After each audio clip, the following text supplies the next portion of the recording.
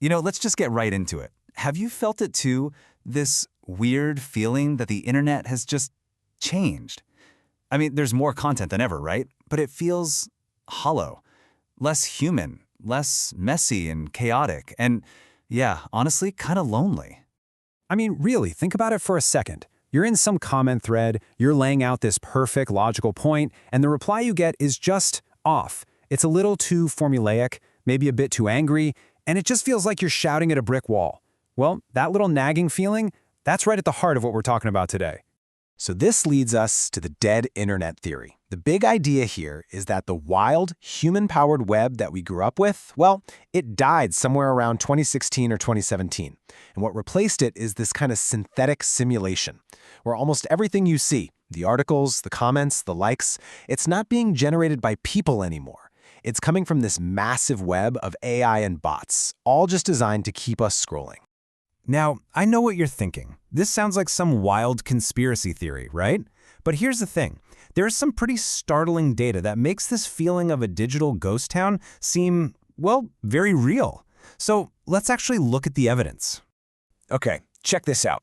According to a 2023 report from the cybersecurity firm Imperiva, almost half, 49.6% of all internet traffic was just automated bots, not people. Think about that.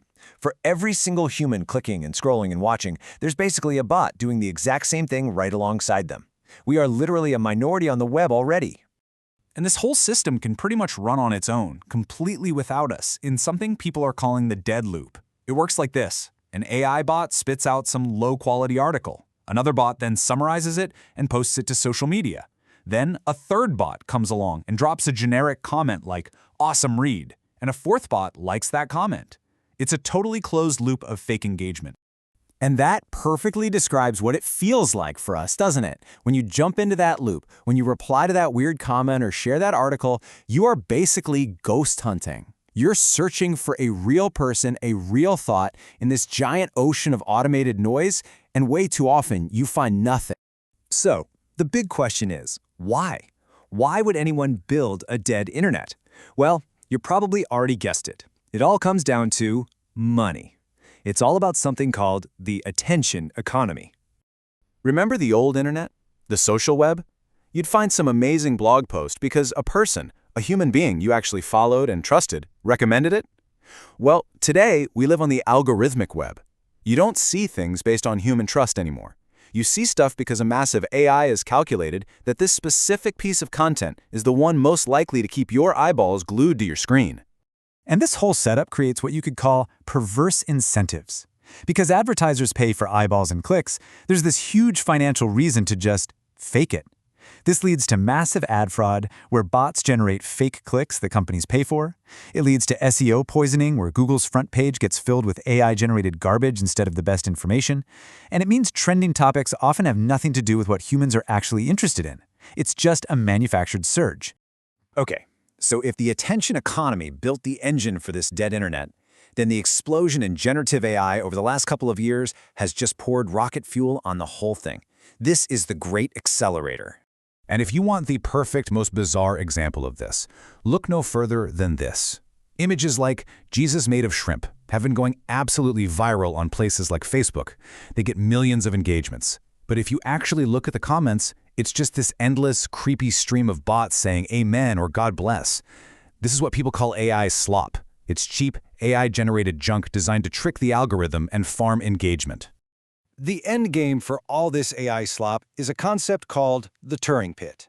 Imagine a place that's just so full of bots and fake content that the signal-to-noise ratio completely collapses. Real people just give up. I mean, why would you bother trying to have a deep, meaningful conversation if you just assume you're probably talking to a script anyway? But here's where this theory takes a really chilling, really personal turn. Because what if the bots aren't the only ones we should be blaming for this digital ghost town? What if we've been looking at this whole thing completely backwards? What if the problem isn't just the technology? What if the problem is us? And that brings us to the inverted dead internet theory. This is the idea that the internet didn't die because bots invaded our space. No, it died because we, the humans, started behaving like bots just to get the algorithm's attention. We started optimizing ourselves for the machine. I mean, think about it. We use algospeak, saying things like unalive to dodge the automated content moderators. We all jump on the exact same trending sound on TikTok. We get obsessed with using the right hashtags and posting at the perfect time. In this race to be seen, we've kind of flattened our own weird, unique human voices, just to sound a little more like something the code will understand. The line between us and the machine gets really, really blurry. So, is that it? Is it hopeless? Is the internet just dead? Well, maybe not completely, but it's definitely on life support. This case isn't closed. And this last part, it's about how we might actually reclaim the human web. The solutions, well, they aren't quick fixes. It means making a choice to go back to the small web, blogs, newsletters, private Discord communities where real human connection is the whole point. It means we need to support tech that can prove we're human. And maybe most importantly, we need to embrace intentional friction. We have to accept that real community is slow, it's messy, it's not optimized, and that's a good thing. So I'm going to leave you with this question to think about. The dead internet theory, it's really a mirror. It's showing us what happens when we start to value data more than we value dialogue.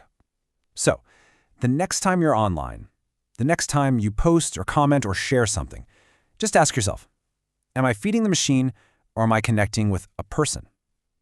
How will you prove that you're real?